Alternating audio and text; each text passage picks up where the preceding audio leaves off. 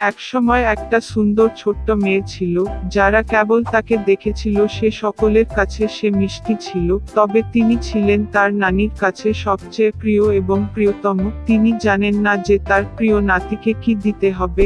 একবার সে তাকে একটি লাল মখমলের টুপি দিল, এবং যেহেতু এই টুপিটি তার জন্য খুব উপযোগী ছিল এবং সে অন্য কিছু করতে চায় না, তারা তাকে লিটল রেড রাইডিং হুড বলতে শুরু করে।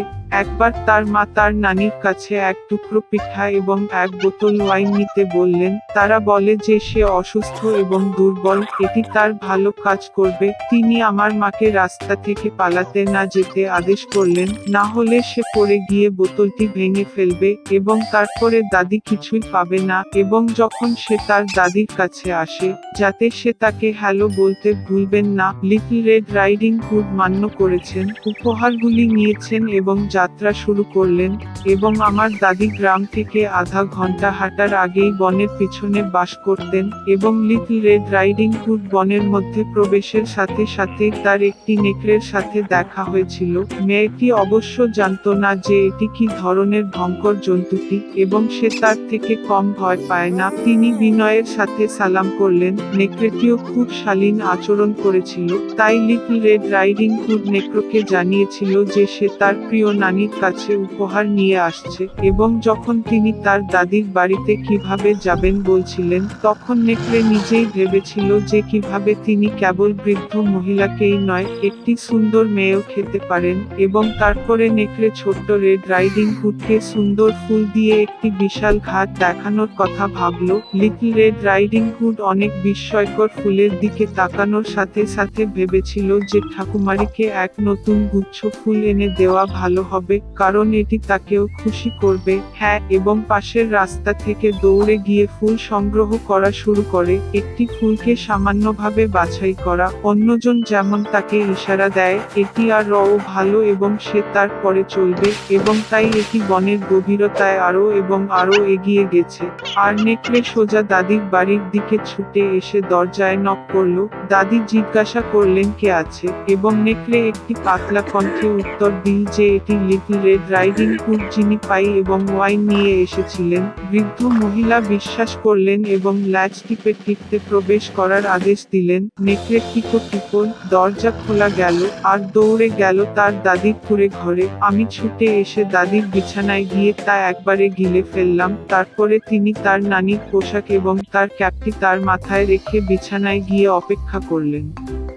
এদিকে লিটল রেড রাইডিং হুড দৌড়ে এসে ফুলের পিছনে ছুটল, এবং যখন সে তার সাধ্যমতো অনেকগুলি পেয়েছিল, তখন সে আবার তার দাদির কথা স্মরণ করে তার বাড়িতে গিয়েছিল। তিনি খুব অবাক হয়েছিলেন যে দরজাটি প্রশস্ত ছিল, এবং যখন সে ঘরে উঠল তখন সে তার দাদির কাছে ডাকল, কোনো উত্তর ছিল না। নাতনি বিছানায় উঠে এসে দেখল দাদি শুয়ে আছেন, এবং তার ক্যাপটি তার নাকের উপর টানলেন, এবং এটি খুব অদ্ভুত বলে মনে হয়েছিল। লিটল রেড রাইডিং হুড বিস্ময়ের সাথে জিজ্ঞাসা করলেন যে দাদির এত বড় কান কেন, এবং নেকড়ে একটি নানির কণ্ঠে উত্তর দিয়েছে, আরো ভালো শুনতে। তারপরে লিটল রেড রাইডিং হুড দাদির এত বড় চোখ কেন জিজ্ঞাসা করলেন। আপনাকে আরো ভালোভাবে দেখতে, নেকড়ে উত্তর দিল, আর বাহু এত বড় যে ধরতে পারা সহজ। এবং যখন লিটল রেড রাইডিং হুড নেকড়ের মুখটি দেখেছিল এবং কেবল জিজ্ঞাসা করেছিল যে দাদির কেন এত নোংরা বড় মুখ আছে, নেকড়ে তার উপর ঝাঁপিয়ে পড়েছিল, আর্তনাদ করে, তাই আমি আপনাকে খেতে পারি। এবং কিভাবে তিনি কম্বলের নিচে থেকে লাফিয়ে বেরিয়ে গেল এবং দরিদ্র মেয়েটিকে গ্রাস করলেন। এইভাবে যথেষ্ট পরিমাণে থাকার পরে নেকড়ে আবার বিছানায় গেল, ঘুমিয়ে পড়ল এবং তার যতটা সম্ভব শামুক করা শুরু করলো। এমন সময় একজন শিকারী ঠাকুরমার বাড়ির পাশ দিয়ে যাচ্ছিল।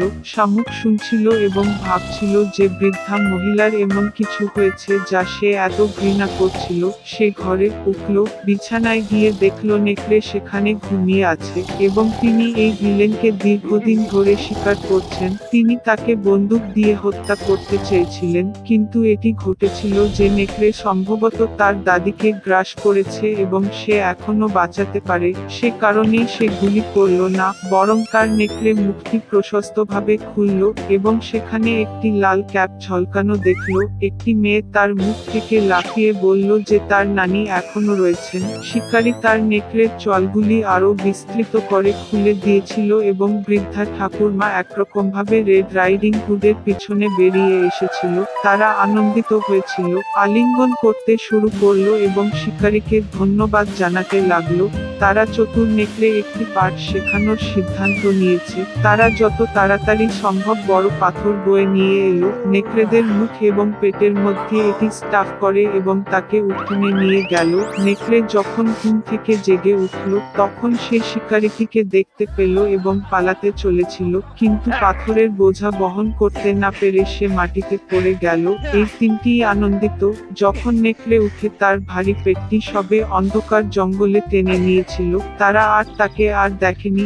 এইভাবে তারা চতুর নেকড়ে একটি পাঠ শিখিয়েছিল এবং লিটল রেড রাইডিং হুড সিদ্ধান্ত নিয়েছিল যে সে আর কখনো মায়ের আদেশ অমান্য করবে না। একসময় একটা পুরানো ছাগল ছিল, তার 7টি বাচ্চা ছিল। তিনি তাদের যতটা ভালোবাসতেন ঠিক তেমনি একজন মা তার সন্তানদেরও ভালোবাসেন। সে বনে যাচ্ছিল, দুপুরের খাবারের জন্য গুল্ম এবং ডাল নিয়ে আসছিল। তিনি তার সমস্ত বাচ্চাদের ডেকেছিলেন এবং দুষ্ট নেকড়ে থেকে ভয় পাওয়ার জন্য তাদের সতর্ক করেছিলেন। সে প্রায়শই ভান করে, তবে আপনি তাৎক্ষণিকভাবে তার অভদ্র কণ্ঠ এবং কালো পাঞ্জা দিয়ে তাকে চিনতে পারবেন। বাচ্চারা সমস্ত কিছু বোঝে এবং তাদের মাকে আশ্বাস দেয় যে তারা খুব যত্নবান হবে। পুরানো ছাগল শান্তভাবে রওনা। অল্প সময় কেটে গেল, হঠাৎ কেউ দরজায় কড়া নাড়ল এবং একটি অভদ্র কণ্ঠে চিৎকার করল যে বাচ্চাদের তাৎক্ষণিকভাবে এটি খোলার উচিত, কিন্তু রুক্ষ স্বর থেকে বাচ্চারা বুঝতে পেরেছিল যে এটি একটি নেকড়ে। তারা জবাব দিয়েছিল যে এটি মায়ের কণ্ঠ নয়, তার কণ্ঠটি সদয় এবং সরু ছিল এবং এই কণ্ঠটি অত্যন্ত অভদ্র, যার অর্থ এটি একটি নেকড়ে। তারপরে নেকড়ে বণিকের কাছে গেল এবং নিজেকে এক বিশাল টুকরো চক কিনে দিন। তিনি তা খেয়েছিলেন এবং তার কণ্ঠ পাতলা হয়ে গেছে। তিনি বাড়ি ফিরে এলেন, দরজা টুকোকাত এবং একটি পাতলা স্বরে কিডস জিজ্ঞাসাটি ওপেন করলেন। নেকড়ে জানালার পা রেখেছিল এবং অপেক্ষা করে। বাচ্চারা তাকে দেখে এবং উত্তর দিয়েছিল যে মায়ের পাঞ্জা কালো নয়, সাদা ছিল, যার অর্থ এটি একটি নেকড়ে। অতঃপর নেকড়ে দৌড়ে বেকারির কাছে গেল এবং তাকে কিছুটা আটা দিতে বলল। নেকড়ে তার পাটাকে আটা দিয়ে অভিষেক করল। ভিলেন তৃতীয়বারের মতো দরজার কাছে এসে তার সাদা পাটি জানালায় রেখে নক করলেন। তারা বাচ্চাদের দেখেছিল যে পাটি সাদা ছিল এবং তারা ভেবেছিল যে এটি তাদের মা। তারা দরজা খুলল, কিন্তু তাদের সামনে একটি নেকড়ে ছিল। তারা ভীত হয়ে সমস্ত দিক থেকে ছড়িয়ে ছিটিয়ে শুরু করলো। একটি বাচ্চা টেবিলের নিচে ঝাঁপিয়ে পড়েছিল, অন্যটি বিছানায়, তৃতীয় চুলার উপরে, চতুর্থটি রান্নাঘরে, পঞ্চমটি পায়খানাতে, ষষ্ঠটি ডুবির নিচে এবং দাদুর ঘড়িতে সপ্তম লুকিয়ে আছে। কিন্তু নেকড়ে সব খুঁজে পেয়েছিল, তার চোয়াল খুলেছিল এবং একে একে গ্রাস করেছিল। কেবলমাত্র একটি জিনিস তিনি খুঁজে পেলেন না, সবচেয়ে কনিষ্ঠ, যিনি ঘড়ির মধ্যে লুকিয়েছিলেন। তার ভরাট খেয়ে নেকড়ে চলে গেল। সে গাছের নিচে সবুজ ঘাড়ে প্রসারিত হয়ে ঘুমিয়ে পড়ল। শীঘ্রই বন থেকে একটি পুরানো ছাগল বাড়িতে এল। ওখানে কি দেখেছিল? দরজা প্রশস্ত ছিল। টেবিল, চেয়ার, বেঞ্চগুলি উল্টে দেওয়া হয়েছিল, ওয়াশবেসিনটি ভেঙে দেওয়া হয়েছিল, বালিশ এবং কম্বল বিছানা থেকে ফেলে দেওয়া হয়েছিল। তিনি তার বাচ্চাদের সন্ধান করতে শুরু করলেন, কিন্তু সে কোথাও খুঁজে পেল না। আমি তাদের নামে ডেকেছিলাম, কিন্তু কেউ উত্তর দেয়নি। তিনি ঘড়ির কাঁটা পর্যন্ত উঠেছিলেন এবং এর প্রতিক্রিয়ায় কনিষ্ঠ বাচ্চাটির একটি পাতলা স্বর ছিল। তিনি তাকে সেখানে থেকে নিয়ে গিয়েছিলেন এবং তিনি বলেছিলেন যে একটি নেকড়ে এসে সবাইকে খেয়ে ফেলল। ছাগলটি কিভাবে তার দরিদ্র বাচ্চাদের জন্য কাঁদল। অবশেষে সে বাসা থেকে চলে গেল এবং সবচেয়ে কনিষ্ঠ ছাগল তার পেছনে ছুটল। তিনি ঘাড়ে ঘাটে এসে দেখলেন একটি নেকড়ে গাছের কাছে শুয়েছিল যাতে ডাল কাঁপছে।